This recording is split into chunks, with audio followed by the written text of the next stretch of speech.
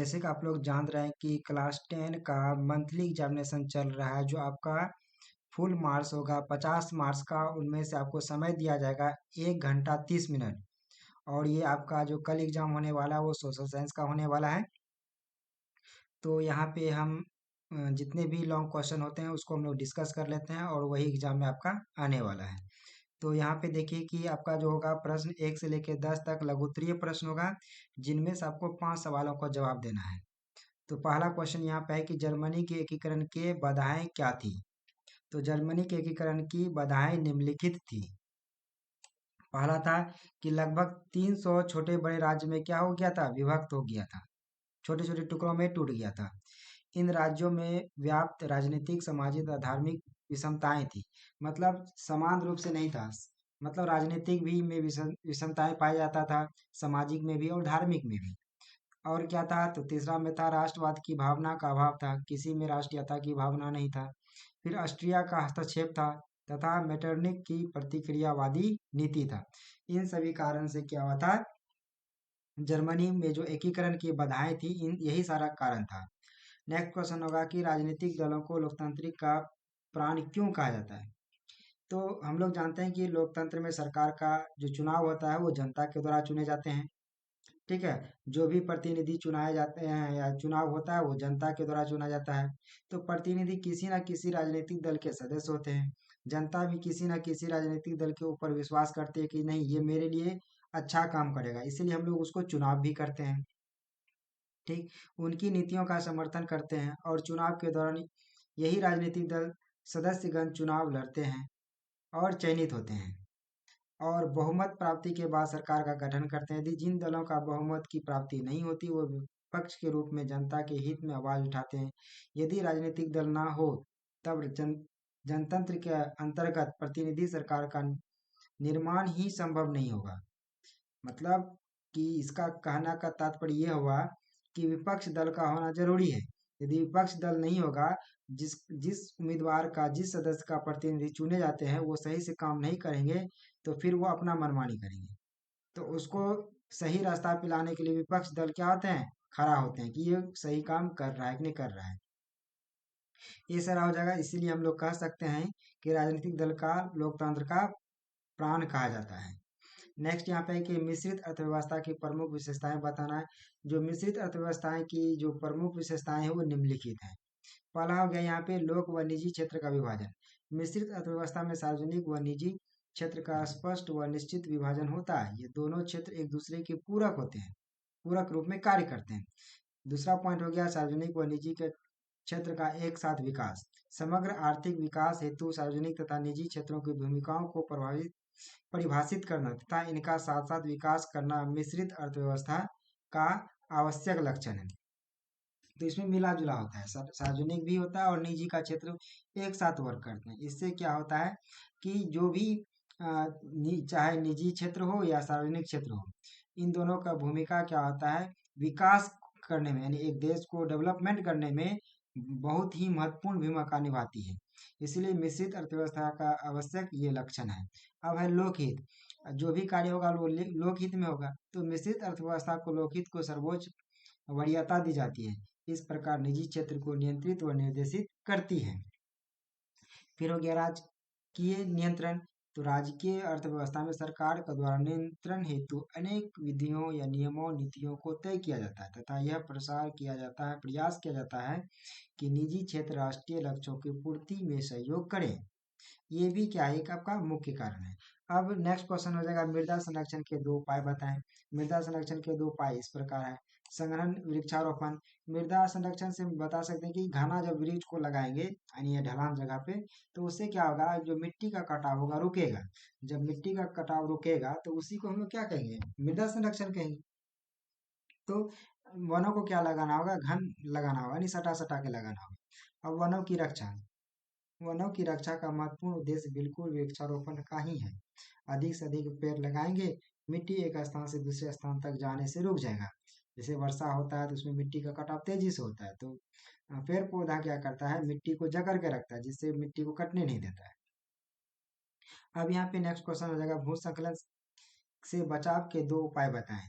तो भूस्खलन के बचाव के यहाँ पे नियम दो है। भूस्खलन के मार्ग से दूर हट जाना, जब भूस्खलन होता है तो उसका मार्ग में नहीं रहेंगे और नदी की ऊंची भूमि पर शरण ले लेंगे। इससे क्या होगा, हम लोग बच सकते हैं। अब जो क्वेश्चन होगा 11 से 18 तक का जो होगा वो दीर्घ उत्तर प्रश्न होगा, उसमें से आपको 4 प्रश्न का जवाब देना होता है। तो पहला क्वेश्चन यहाँ पे है कि रूसी क्रांति के प्रमुख प्रभाव निम्न थे। इस क्रांति के पश्चात श्रमिक अथवा सहारा वर्ग की सत्ता रूस में स्थापित हो गई तथा इसके अन्य क्षेत्रों का आंदोलन को भी प्रोत्साहित किया। जब रूसी क्रांति हुआ था तो इसका प्रभाव जो हुआ था कि इस सहारा वर्ग था जो किया हुआ था ये रूस में स्थापित हो गया था। एक श्रमिक हो गया, एक सरबराह वर्ग हो गया। इसमें अन्य क्षेत्रों का जो आंदोलन होता वो प्रोत्साहन किया गया था। अब रूसी क्रांति के बाद विचारधारा के स्तर पर विश्व दो खेमों में विभाजित हो गया था। एक पूर्वी यूरोप और एक पश्चिमी यूरोप हो गया था। उसके बाद द्वितीय विश्व युद्ध के पश्चात पूंजीवादी विश्व तथा सोवियत संघ के बीच शीत युद्ध की शुरुआत हुई और आगामी 4 दशकों तक हथियारों के होड़ चलती रही। इसकी सफलता ने एशिया और अफ्रीका में उपनिवेश मुक्त को भी प्रोत्साहन दिया गया। नेक्स्ट क्वेश्चन हो जाएगा, लोकतंत्र को सुदृढ़ करने में जन संघर्ष की भूमिका पर चर्चा करें। तो इसका हो जाएगा, विश्व में जहां भी लोकतांत्रिक व्यवस्था कायम हो वहां के लोगों को संघर्ष करना पड़ता है, क्योंकि सर्वप्रथम ब्रिटेन में लोकतांत्रिक व्यवस्था कायम हुई थी और लेकिन इसके लिए काफी संघर्ष करना पड़ा। फ्रांस में लगातार सदियों तक संघर्ष चला, तब वहां लोकतंत्र न केवल स्थापित हुआ बल्कि स्थायी भी हुआ। जब सत्ताधारियों और सत्ता में भागीदारी चाहने वालों के बीच संघर्ष चलता है तब यह लोकप्रियता की निर्णायक घड़ी होती है। ऐसी घड़ी किसी भी लोकतांत्रिक देश में तब उत्पन्न हो जाती है जब कोई देश लोकतंत्र के मार्ग पर आगे बढ़ रहा होता है और उस देश में लोकतांत्रिक का विकास हो रहा होता है। तो लोकतांत्रिक संघर्ष का समाधान जनता की व्यापक लंबबंदी के सहारे संभव है। लोकतंत्र में फैसले आम सहित से लिया जाते हैं और जनसंघर्ष के राजनीतिक संगठनों का विकास होता है। यह राजनीतिक संगठन जन भागीदारी के द्वारा जन समस्याओं का क्योंकि देखिए होता है क्या कि जो भी यहाँ पे क्वेश्चन है कि लोकतंत्र को शुरू करने में जन संघर्ष का भूमिका क्योंकि लोकतंत्र को अच्छे तरह से, क्योंकि लोकतंत्र एक देश को लोकतांत्रिक बनाने के लिए बहुत ही ज्यादा संघर्ष करना पड़ता है, तब जाके क्या मिलता है आपको, लोकतांत्रिक देश बनता है। सबसे पहले जो आपका ब्रिटेन बना था लोकतांत्रिक हुआ था, इसको भी बहुत ज्यादा संघर्ष करना पड़ा था। वहीं पे बात कर लेते हैं फ्रांस का, तो ये लंबे सदियों तक एकदम पूरा संघर्ष, वहां की जनता बहुत ज्यादा संघर्ष किया, तब जाके उसका क्या हुआ, लोकतांत्रिक बना ही बना, लेकिन वो अस्थायी रूप से भी हुआ। तो इस तरह आप क्वेश्चन को अपने मन से भी लिख सकते हैं। अब बिहार के आर्थिक पिछड़ेपन के प्रमुख कारणों को लिखना है। तो जानते हैं कि बिहार अभी धीरे धीरे क्या हो रहा है कि आगे बढ़ रहा है। तो बिहार के पिछड़ेपन के कारण, आर्थिक दृष्टि से बिहार के पिछड़ेपन के कुछ प्रमुख कारण इसके, पहला तो जनसंख्या विस्फोट। तेजी से जनसंख्या बढ़ रहा है, जनसंख्या पे कंट्रोल किया जाएगा तो थोड़ा बहुत हद क्या हो जाएगा, हम पिछड़ेपन का रोक सकते हैं। तो बिहार में जनसंख्या विस्फोट है जिसके चलते विकास के लिए साधन कम हो रहे हैं। अधिकांश साधन जनसंख्या के भरण पोषण में चला जाता है। और दूसरा हो गया आधिकारिक संरचना का अभाव। राज्य में सड़क हो गया, बिजली सिंचाई का अभाव है, साथ ही साथ शिक्षा एवं स्वास्थ्य सुविधा भी कम है। इसका भी कारण हुआ, और कृषि पर अत्यधिक निर्भरता रहता है। बिहार की अर्थव्यवस्था पूरी तरह कृषि पर आधारित है और कृषि मानसून के साथ जुआ खेलती है। मानसून अच्छा हुआ तो फसल हुआ, मानसून अच्छा नहीं हुआ तो फसल गया। तो किसान दोनों तरफ से क्या होता है, बर्बाद रहता है। और क्योंकि अब जानते हैं कि बिहार अधिकतर क्या होता है, कृषि पे ही आधारित रहता है। अधिकतर बिहार का जो व्यक्ति हो तो वो किसान होते हैं। और कभी अतिवृष्टि तो कभी अनावृष्टि भी होती है। कभी कभी सुखाड़ आ जाता है, तो कभी कभी क्या होने लगते हैं, पूरा शीतलहरी आ जाता है, उसमें भी फसल बर्बाद हो जाता है। बाढ़ एवं सूख की स्थिति, हर साल कम या अधिक बार बिहार में आना तय है। इसके कारण जनमाल की काफी बहुत ज्यादा क्षति होती है। औद्योगिक पिछड़ेपन, बिहार में औद्योगिक की कमी है, जिसके कारण ये भी अभी जो हो रहा है ये पिछड़ेपन का एक कारण बन सकता है। अब यहाँ पे भारत में खनिज तेल के वितरण का वर्णन करना है कि भारत में मुख्यतः 5 तेज उत्पादक क्षेत्र है। पहला हो गया उत्तरी पूर्वी प्रदेश, ये देश का सबसे पुराना तेल उत्पादक क्षेत्र। इस क्षेत्र में महत्वपूर्ण उत्पादन असम में हो गया डिगबोई और नहरकटिया हो गया, मोरान हो गया, रुद्र सागर हो गया, अरुणाचल प्रदेश का नीरू तथा नागालैंड के बरहोला तेल क्षेत्र में आता है। और गुजरात क्षेत्र में हो गया खंभात बेसिन और अलंकेश्वर तथा कोलल नवगांव कौशाम्बी।